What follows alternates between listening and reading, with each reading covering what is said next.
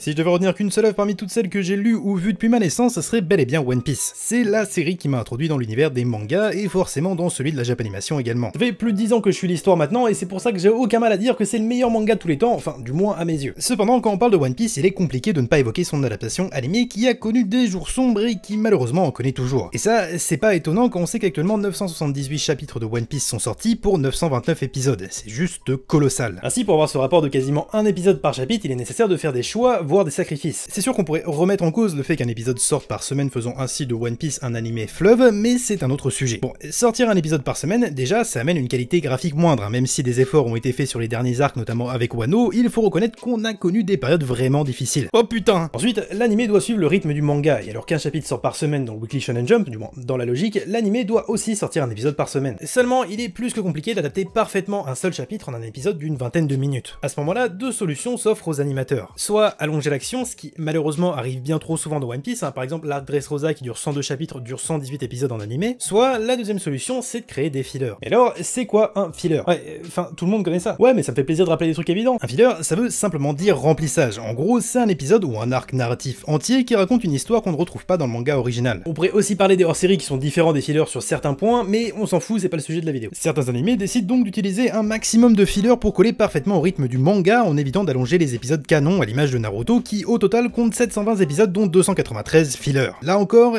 c'est colossal. Alors, comme j'ai dit, certes ça permet d'éviter de rendre l'animé long sur bien des moments, mais ça amène à d'autres problèmes. Par exemple, toujours en restant avec Naruto, on se retrouve avec beaucoup d'épisodes qui, on va dire, servent à rien, voire sont plutôt mauvais, ce qui fait que, dans l'imaginaire collectif, un filler est souvent nul. Du coup, quand j'ai commencé à me pencher sur ce qu'on pouvait désigner comme les pires épisodes de One Piece, puisqu'on le rappelle, c'est quand même le titre de la vidéo, ce qui revenait le plus souvent, c'était les fillers. Mais alors, qu'en est-il des fillers de One Piece? Bon, déjà, il faut savoir que pour les fillers, il y a trois écoles. Soit un simple épisode qui raconte une mini-aventure ou histoire, soit un arc entier à l'image de l'anime de Bleach dans lequel on retrouve par exemple l'arc des Bound, soit un épisode mi-canon, mi-filler. Pour rester dans One Piece, on peut simplement parler du premier épisode où l'on voit Nami par exemple dépouiller un bateau, ce qui bien évidemment n'arrive pas dans le manga. Du coup, si on se penche sur les vrais fillers de One Piece, on remarque qu'il y en a 103. Ça peut sembler beaucoup, mais en réalité ça ne représente que 11% des épisodes de l'anime, contrairement à Bleach ou Naruto qui comptent plus de 40% de fillers. Par ailleurs, si les fillers ça vous intéresse, je vous conseille de faire un tour sur le site Anime Filler List qui les recense tous, du moins pour les animés les plus populaires. Bon, du coup, vu qu'on cherche à trouver les pires épisodes de One Piece, on va se pencher sur ces 101 épisodes qui, de par leur nature de filler, sont jugés moins bons que les autres. Le souci, c'est que je vais pas vous parler d'une centaine d'épisodes, ça me semble logique, donc on va effectuer un petit tri. Histoire que j'ai un maximum de contenu pour analyser ça correctement, on va virer tous les simples épisodes et se concentrer uniquement sur les arcs filler. Alors, certes, ça semble être une bonne idée, mais si on regarde de plus près, on voit qu'à part 6 épisodes, tout le reste, ce sont des mini-arcs narratifs. Ouais, bon, du coup, j'ai utilisé la technique de la flemme et j'ai simplement cherché sur internet quels sont les pires arcs filler de One Piece. Et après avoir pas mal fouillé, il y avait 2-3 noms qui ressortaient le plus, 2-3 arcs que beaucoup présentaient comme vraiment nuls. J'ai donc décidé de les regarder et d'en sélectionner un seul sur lequel j'avais le plus de trucs à dire. C'est pour ça qu'aujourd'hui on va parler de l'arc du voleur de mémoire qui dure 5 épisodes. Ce dernier commence à l'épisode 220, se termine au 224 et prend place juste après le Davy Backfight qui lui aussi contient une partie filler infernale. Petite spécificité sur ce dernier, c'est qu'il est adapté du jeu vidéo Ocean Dreams sorti en 2003 sur PlayStation. Bon, on a déjà fait une vidéo pour parler des jeux adaptés de One Piece, donc je vais pas m'y attarder plus. Le premier épisode commence alors que la nuit est tombée, tout l'équipage dort sur le bateau à l'exception de Robin encore éveillé pour travailler. C'est alors qu'on remarque un jeune garçon situé sous l'eau et sans qu'on comprenne trop pourquoi, ce dernier commence à jouer de sa trompette hippocampe.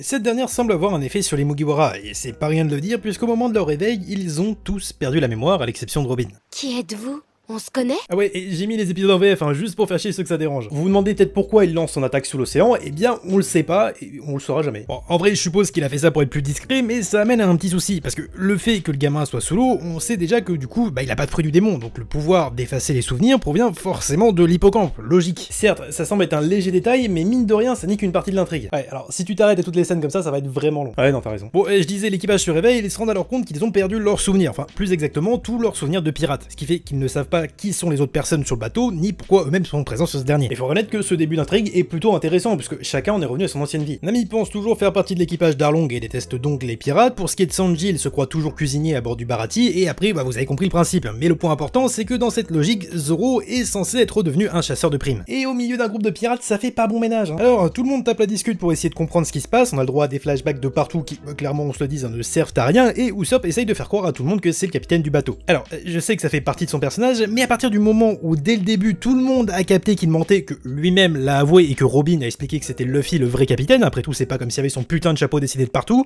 pourquoi il continue d'essayer? Je suis le grand Usopp, figurez-vous, le capitaine d'un immense bateau pirate qui fait la loi à East Blue. Mon équipage me respecte et me vénère comme un dieu. Wow! Calme-toi. Bon, chacun ayant retrouvé son ancienne vie, des divergences vont se créer. Ainsi, en profitant pour voler un sac d'or, Nami s'échappe donc du Merry, suivi de Zoro qui... Ouais, ok. Et fin du premier épisode. Dans le deuxième, Nami arrive donc sur l'île et tombe sur un village qui semble abandonné, du moins jusqu'à ce que la livraison du journal arrive, où d'un seul coup, tous les habitants se jettent dehors et se battent pour récupérer le journal en question. Ok, c'est bizarre. Attention, flashback! Qu'est-ce qui se passe sur cette île? Ok, faut s'alerte, excusez-moi, j'ai eu peur. Bon, après ça, Nami tombe par hasard sur le gamin qui lui a enlevé la mémoire, et ce dernier commence à raconter sa vie. Les gens ont l'esprit tellement occupé par d'autres choses qu'ils ont pas le temps de les entretenir. Mais ne te presse pas, profites-en bien. À mon avis, ça devrait te faire passer un moment sympa. Ah, c'est qu'il a l'air digne de confiance, ce petit bonhomme, hein. Retour sur le bateau, où les 5 autres membres de l'équipage discutent quand tout d'un coup, ils se souviennent avoir vu le visage de l'enfant avant de perdre la mémoire. Pourquoi et comment c'est possible, je sais pas, mais bon, j'imagine que ça permet d'aller plus vite et d'éviter de se faire chier à développer une intrigue. Habile. Mais y a quand même un truc qui me chagrine. On voit bien que la mémoire du petit leur revienne avec le bruit de la théière qui agit comme une sorte de déclencheur. D'accord? Très bien. Mais à ce moment-là, quand Nami tombe sur lui, ça devrait aussi agir comme un déclencheur, donc elle devrait s'en rappeler, non? Enfin, après, je sais pas, hein, c'est peut-être moi qui suis con. Bon, Luffy, Sanji, Robin, Chopper et Usopp comprennent donc que leurs souvenirs n'ont pas disparu, mais qu'ils ont été enlevés par le gamin. Après ça, il se passe toujours pas grand-chose. Ça fait quand même longtemps qu'on n'a pas eu un flashback. Tu sais, Zoro, la vie d'un être humain tient à si peu de choses. Allez, vous savez quoi, ça me fait plaisir, je vous en remets un petit deuxième. J'y comprends plus rien. Comment ça va, bande d'humains? La nuit tombe et clairement ils ont rien fait de la journée, hein. Pour des gars qui ont perdu la mémoire, je les trouve vachement relax. Et comme on pouvait s'y attendre, le voleur refait son apparition pour voler le reste de leurs souvenirs, mais cette fois-ci directement sur la proue du bateau. Du coup, pourquoi cette fois-ci il est pas sous l'eau? Enfin, c'était quand même plus simple pour rester discret, non? Non, et puis cette dégaine sérieusement quoi. Bon, Luffy le frappe, enfin surtout frappe l'hippocampe et retrouve la mémoire. Bon, l'épisode 3 commence alors. En vrai, il y a un truc que je trouve bizarre, étant donné qu'il se retrouve là en ayant perdu la mémoire, peut-être que la première chose à faire, ce serait de se lancer dans des recherches. Par exemple, hein, je sais pas, je dis ça comme ça, dans l'île qui est juste à côté et sur laquelle il y a un putain de village. Et je veux pas foutre la merde les gars, mais ça fait 24 heures que vous êtes là et vous avez rien fait encore. Je suis d'accord, on débarquera sur cette île demain matin, c'est décidé. Oui, non mais c'est sûr, une fois que je l'ai dit. Après ça, on voit le sale gosse conspirer dans son coin, voulant visiblement se servir de Zoro. Après ça, on se tape un enchaînement de flashbacks durant plusieurs minutes, j'ai jamais vu ça, et la nuit passe. On voit alors Nami dans sa chambre d'hôtel, tandis que toutes les personnes présentes dans le village ont perdu leurs souvenirs de la veille. Enfin, toutes les personnes, sauf Nami, parce que... je sais pas. Oui, c'est ça. Ils sont comme moi hier. Bien vu, hein, c'était pas évident. Les Mugiwara réussissent finalement à mettre la main sur Nami, et cette dernière comprend alors que le gamin qu'elle a rencontré la veille était quand même vachement chelou. Hein. Ah bah y a pas à dire, hein, y a du suspense. Hein. D'ailleurs, il devient quoi, Zoro?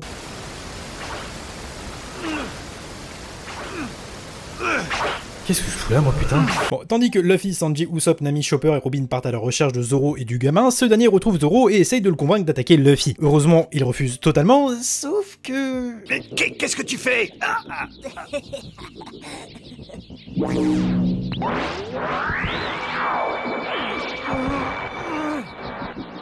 Attendez, parce que, en plus, il peut hypnotiser les gens.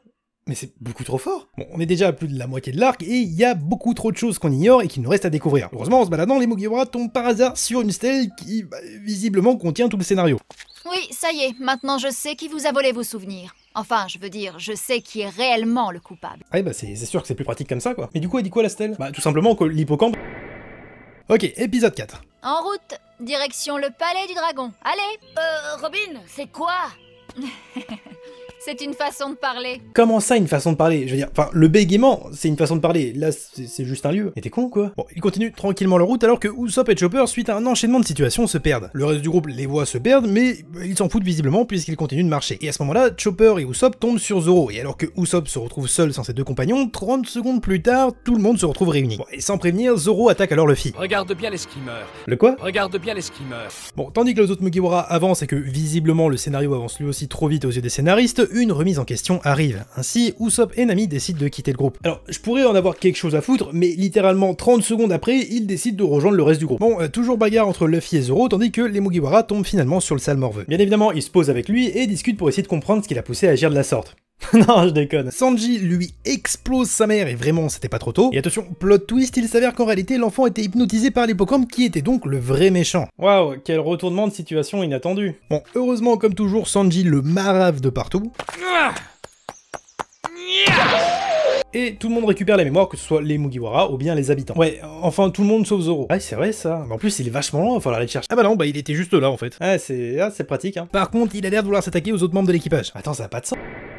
Déjà le dernier épisode, et en soi il s'est pas passé grand chose hein, si on y réfléchit bien. Bon, Sanji et Zoro sont face, et alors que le combat est sur le point d'exploser, on comprend que ce dernier n'était plus hypnotisé. Du coup, s'il est là, c'est pour se faire l'hippocampe. Si t'avais retrouvé la mémoire, tu ne devais pas sourire.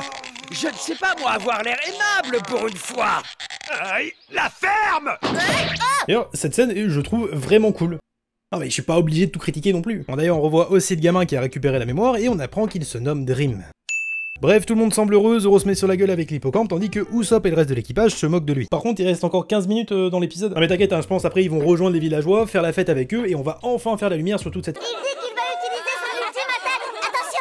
Attends, quoi? Alors, je sais pas ce qui s'est passé à ce moment-là, hein, j'imagine qu'il devait y avoir le feu au sein de la Toei, mais le scénario va exploser dans tous les sens. Bon, déjà, l'hippo invoque tous les personnages chers des Mugiwara. Attends, mais ça veut dire que... Méga flashback.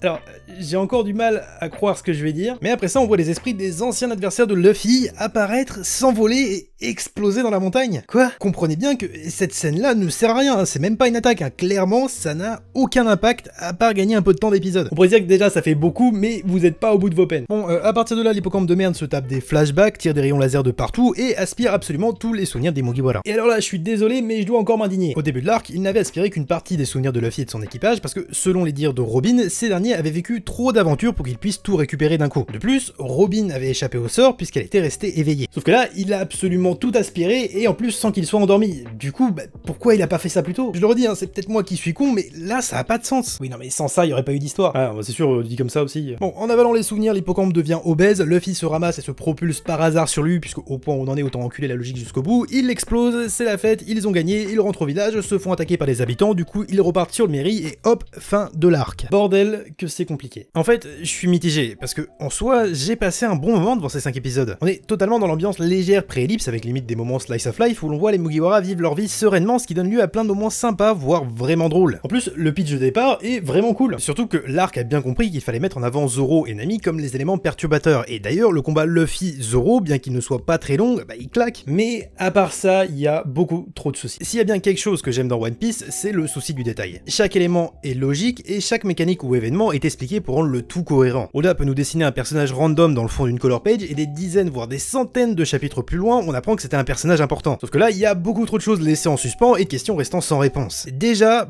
pourquoi ce gamin? J'ai bien compris hein, qu'il était innocent et qu'il avait été hypnotisé, sauf que premièrement, on voit bien que l'hippocampe peut se déplacer tout seul et a donc besoin de personne. Deuxièmement, imaginons que c'est quand même plus pratique d'avoir quelqu'un sous la main. Pourquoi avoir pris un gosse? Parce que clairement, il est claqué, hein, à la moindre confrontation, il se fait soulever et finit par s'excuser, donc bon, il y avait sûrement un meilleur choix dans le village où il était. Je te demande pardon. Ensuite, c'est quoi ce truc? Je vous rappelle qu'on parle d'un hippocampe capable de voler les souvenirs des gens, d'hypnotiser n'importe qui, et qui en plus de ça peut se transformer en saxophone, ou enfin en trompette, hein, j'en sais rien, pour pouvoir être utilisé par quelqu'un. Sérieusement? Le pire, c'est qu'on sait quasiment rien sur ce dernier, même pas son nom. On sait juste que son rêve, c'est de devenir un dragon millénaire. Alors, si ça vous dit rien, les dragons millénaires, c'est des créatures qu'on découvre lors d'un autre arc filler de One Piece. C'est une longue histoire. Mais Zoro ou Sanji, hein, je sais plus lequel, explique bien que l'hippocampe fou peut pas être un dragon millénaire, donc clairement, on s'en branle. Pourtant, force est de remarquer que ce truc est méga puissant, mais on n'en saura jamais plus. Un autre problème avec cet arc, c'est son rythme. Clairement, il est ultra bâtard. On a 2 premiers épisodes où il se passe pas grand chose, le 3e qui est juste une compilation de flashbacks, et les 2 derniers qui sont ultra rushés. Et en soi, je pense clairement qu'en 5 voire 6 épisodes, il y avait vraiment moyen de faire quelque chose de complet et de génial. Mais au final, bah, tout est en demi-teinte. Il y a beaucoup trop d'incohérences que j'ai pas évoquées, comme le fait que les Mugiwara se fassent poursuivre par les habitants à la fin de l'arc, ou encore, et je suis désolé de revenir dessus, mais cette putain de scène. Vraiment, je l'ai regardé plusieurs fois et je comprends pas. Pourtant, comme je l'ai dit, bah, j'ai pas passé un mauvais moment devant cet arc. En fait, c'est comme si vous aviez plein de bons ingrédients et que vous tentiez de faire un gâteau avec. Hein? Non mais attends, tu vas comprendre. Le souci, c'est que vous faites ça à la va-vite. Du coup, au final, vous vous retrouvez avec un gâteau qui, certes, est pas dégueulasse, mais pas spécialement bon pour autant. Il est juste mangeable.